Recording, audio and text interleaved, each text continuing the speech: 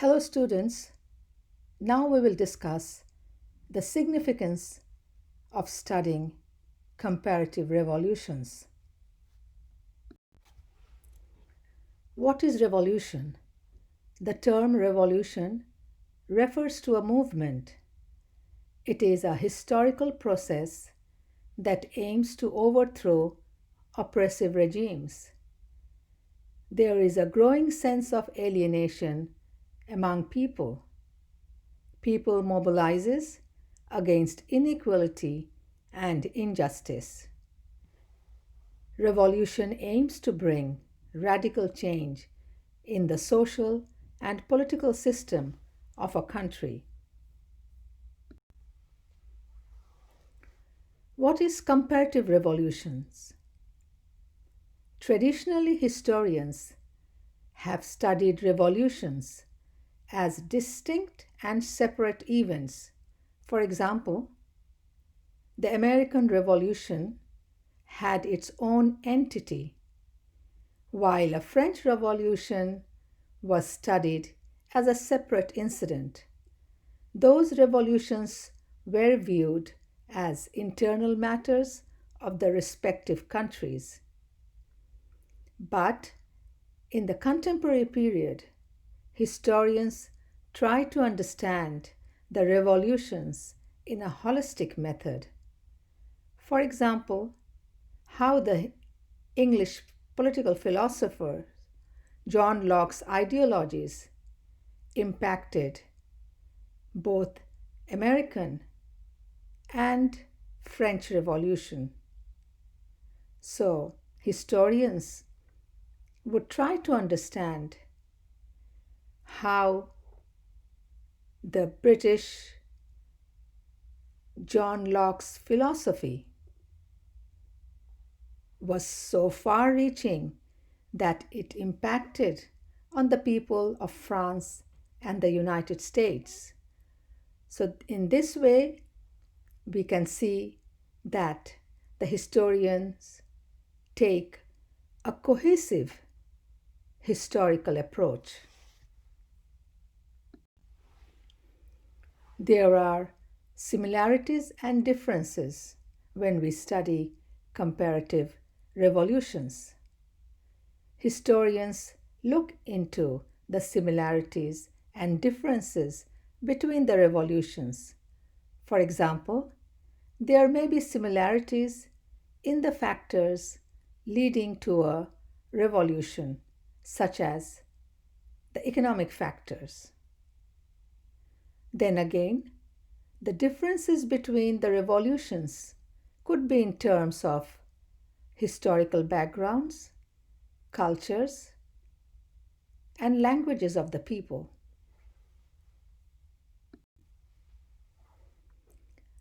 Revolutions can be of different types, and revolutions have taken place in the ancient period, the medieval period, and in the modern period. The ancient period, we can think of the Roman Revolution. Medieval period, we can discuss the Abbasid Revolution. In the modern period, we can discuss the American Revolution or the Russian Revolution, or the more recent one, the Arab Revolution, which is also known as the Arab Spring. So, in the comparative revolutions course, we will try to understand how the revolutions took place in different countries at different times, and what was distinct or unique in these revolutions. For example, in the American Revolution, there was external help.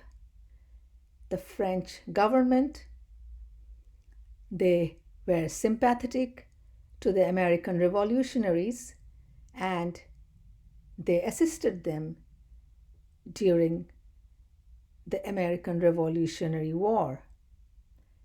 In the case of Russian Revolution, the circumstances were different. It was the Tsar's negligence. The Tsar and his family were too much focused on their family matters. They had a sick child. They took help of Rasputin, which we will discuss when we discuss the Russian Revolution. They were out of touch of reality, people's economic grievances, and the Russian Revolution, in a way, it was pretty spontaneous. It happened during the First World War. With the Chinese Revolution, we will consider the internal factors, the conflict between Sun Yat sen's Chinese Republican Party and Mao Zedong, the Chinese communist leader who was the founder of the Chinese Communist Party. Sun Yat sen and his Republican Party took the help of Russia and they established their party in the model of Russian Communist Party.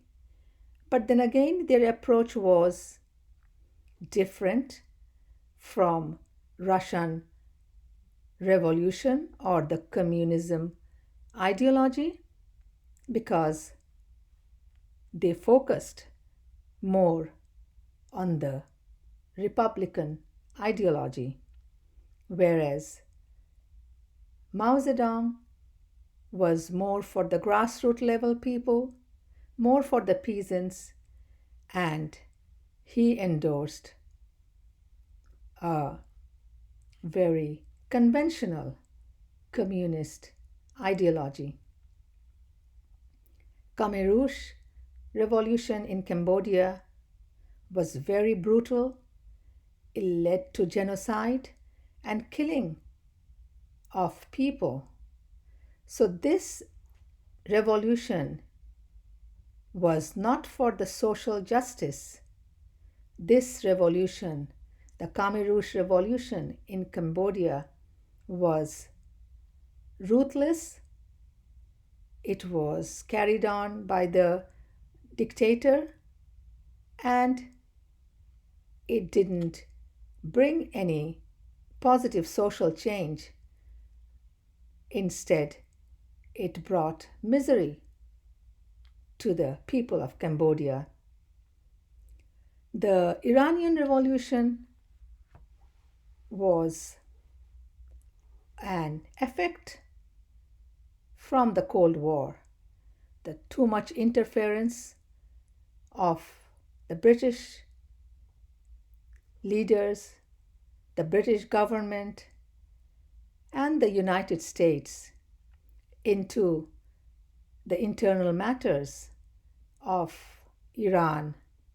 The oppressive regime of the Shah of Iran on its people led to the Iranian Revolution. Again, it was a bloodless revolution. So we can see the different types of revolutions and how the focus or the ideology for many revolutions have been the same, aiming for social justice and a social change, but the approach may have been different and the factors may have varied. So this is what we will see in our course, Comparative Revolution. The revolution has been different historically.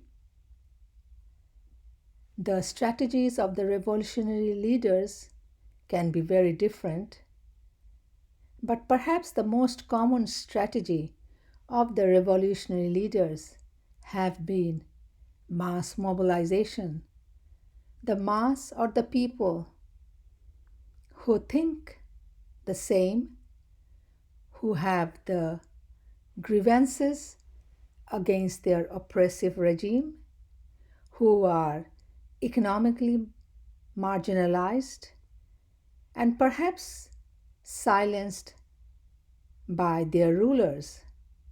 So, here a revolutionary leader plays a very important part.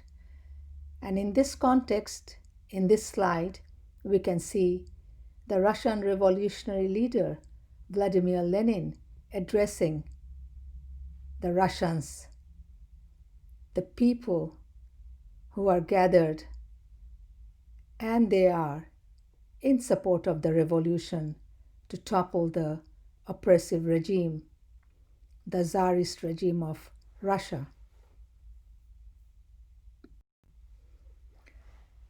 In this slide, we can see the picture of George Washington, who was one of the revolutionary leaders in the American Revolutionary War. He led the Continental Army, and then he became the first president of the United States. So his quote here says, "Government is not reason. It is not eloquent. It is force. Like fire, it is a dangerous servant and a fearful master." So, it is about the government, and what he is saying is the government has to do a lot with the well-being of the people. They need to be concerned of the grievances of the people, and if the people are not happy under a certain government, then the government needs to be fearful of a revolution that can bring social change in the country. So, George Washington had an important role and the leadership skill during the American Revolution. But then again, the responsibilities of the revolutionary leaders were diverse in the case of American Revolution.